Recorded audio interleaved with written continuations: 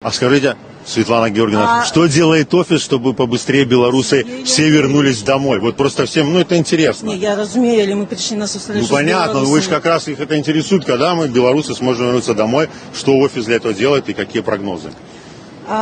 Господарство. Я разумею, что некий тиск з боку Сергея. Толькі офіс ніколі не зможа прывесці Беларусь да перамен. Калі вы толькі разумелі, як гэта цяжка рабіць і колькі на стале у палітыкаў розных праблем, то вы б разумелі, што трымаць Беларусь і працягваць сустракацца з новыми политиками. Светлана Георгиевна, вы знаете, я в Майами шутил, что вот кто из Майами в Хойники вернется. И там как бы эту шутку поняли, и, по-моему, я увидел, что там никто уже не вернется в Хойники. Так, а может, зачем им тогда бороться, там что-то делать, там, что...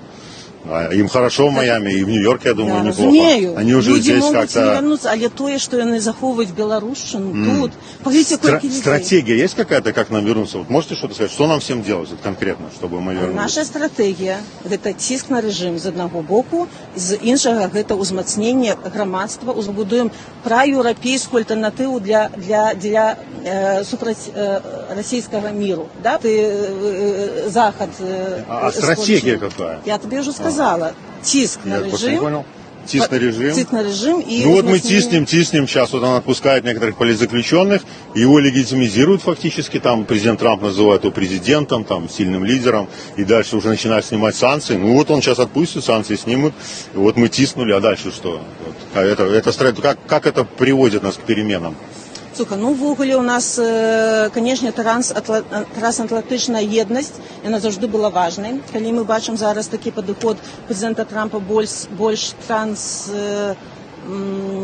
transactional, дапамажыце мне па-расейску, транзакцыйны, так, то, конечно, мы павінны гэтым момантам карыстацца і вызваляць людзей. Это мы вызваляем их или Трамп? Гэта праз дыпламатычныя спробы Трампа. Тиск на режим. Тиск на режим. И мы победим. Толькі праз ціск не пераможам.